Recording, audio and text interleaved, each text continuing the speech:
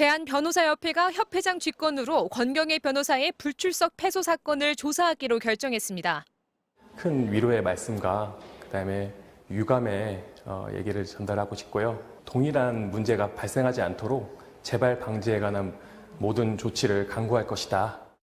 권 변호사는 지난 2015년 학교 폭력에 시달리다 숨진 고 박주원 양 어머니가 가해 학생들을 상대로 낸 소송을 맡았습니다. 수임료로 990만 원을 받았지만 항소심 재판에 3번 연속 출석하지 않아 결국 패소했고 5달이나 이 사실을 숨겼습니다. 뒤늦게 항의하자 9천만 원을 배상하겠다는 일방적인 각서를 건넸습니다.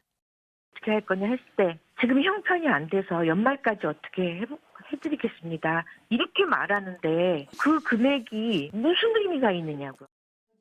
징계 절차 착수에 대해 고 박주원 양 어머니는 별다른 입장을 밝히지 않았습니다. 권경의 변호사는 연락이 닿지 않았지만 지난주 MBC와 통화에서 징계 등 절차를 모두 감당하겠다는 입장을 밝힌 바 있습니다. 어머님과 당사자가 직접 얘기를 나누고 제가 또 다른 부분에서 변협에서 책임을 져야 될 일들이나 이런 건 제가 감당하는 순서로 해야 될 것 같습니다. 앞으로 절차는 조사위원회와 징계위원회 2단계로 나뉩니다. 변협조사위원회는 다음 달 8일까지 이번 사건의 사실관계를 확인합니다.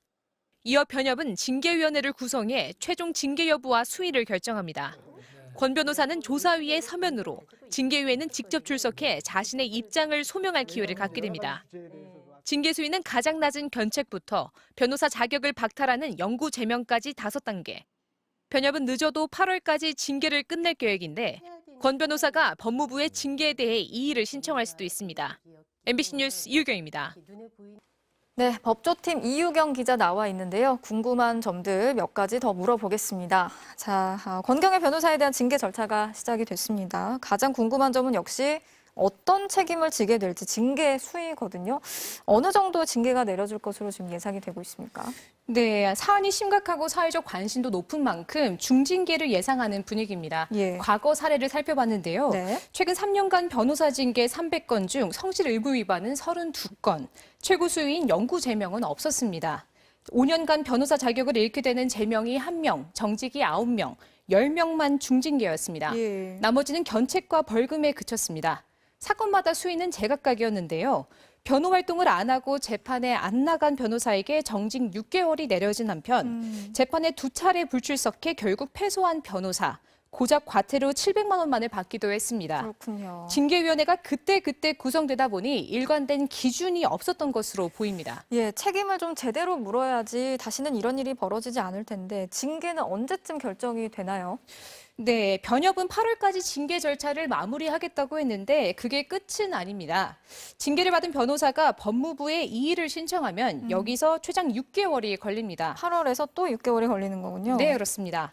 이 결정을 두고 다시 행정소송을 내면 1, 2년이 넘게 걸릴 수도 있고 가처분을 통해 그동안 징계 효력을 멈출 수도 있는데요. 예. 징계와 상관없이 변호사로 활동하며 시간을 끌 수 있는 겁니다. 다만 권 변호사는 책임을 감당하겠다고 했으니 그 진행 과정은 한번 지켜봐야겠습니다. 예, 이 징계뿐 아니라 또 손해배상 소송도 가능하다고 전해드렸는데 주원 양의 어머니가 권 변호사를 상대로 지금 손해배상 소송 제기할 예정이시라고요? 네, 그렇습니다. 그 9천만 원을 배상하겠다는 권경의 변호사의 각서와는 상관없이 고 박주원 양의 어머니는 손해배상 소송을 낼 계획인데요. 역시 과거 사례를 살펴봤습니다. 한 변호사가 대법원에 상고이유서를 내지 않아 유죄가 확정된 의뢰인 변호사에게 3,100만 원을 청구했지만 예. 법원은 800만 원, 딱 받은 수임료만큼 배상하라고 판결했습니다. 우리 법원이 정신적 피해에 대한 위자료에 인색하기 때문으로 보이는데요. 예. 그 변협은 다신 이런 일이 없도록 하겠다지만 윤리교육 강화라는 대책을 겨우 언급했습니다.